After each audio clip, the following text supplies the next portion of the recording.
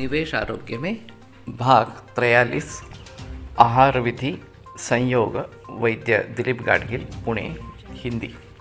तो करण या संस्कार के बारे में काफ़ी बहस हो चुकी है।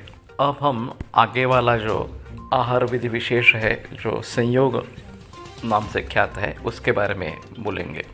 संयोग जो है वो दो या ज़्यादा द्रव्यों का मिलन इस प्रकार का है और चरकाचार्य कहते हैं संयोगः पुनः द्वयोः बहूनां वा द्रव्याणां संवति भावः स विशेषम् आरभते यन्न एकैकशो द्रव्याणि आरभन्ते।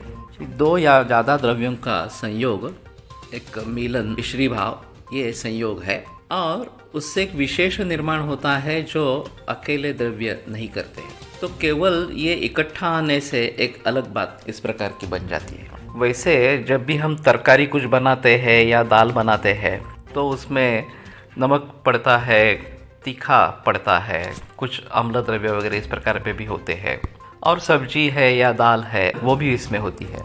तो इन सभी रसों का सम्मिश्रण उसमें हो जाता है और उससे उसको अच्छा स्वाद आता है।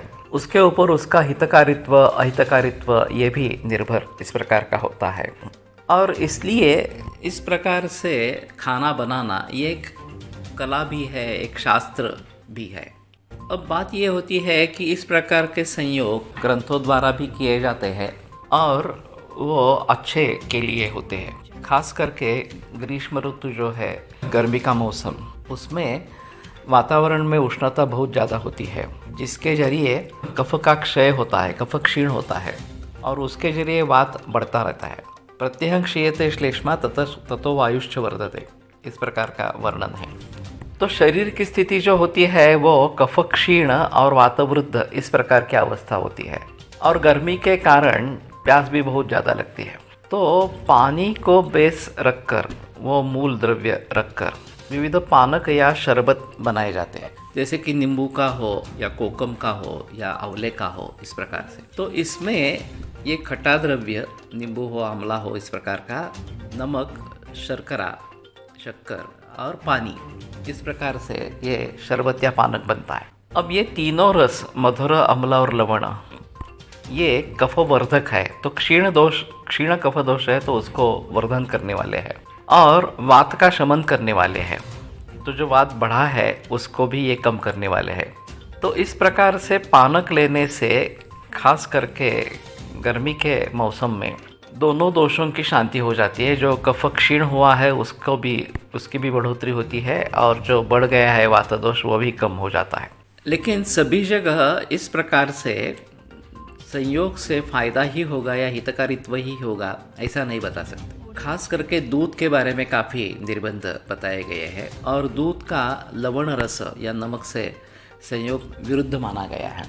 तो इससे कुछ अलग ही परिणाम होता है। अब कुछ लोगों को आदत होती है कि दूध और चावल लेते हैं या दूध और भाकरी रोटी इस प्रकार से लेते हैं और उसके साथ में नमक डालते हैं। तो ये हमारे हिसाब में गलत इस प्रकार का है। वैसे ही दूध या चाय के साथ नमकीन बिस्किट्स खाए जाते हैं।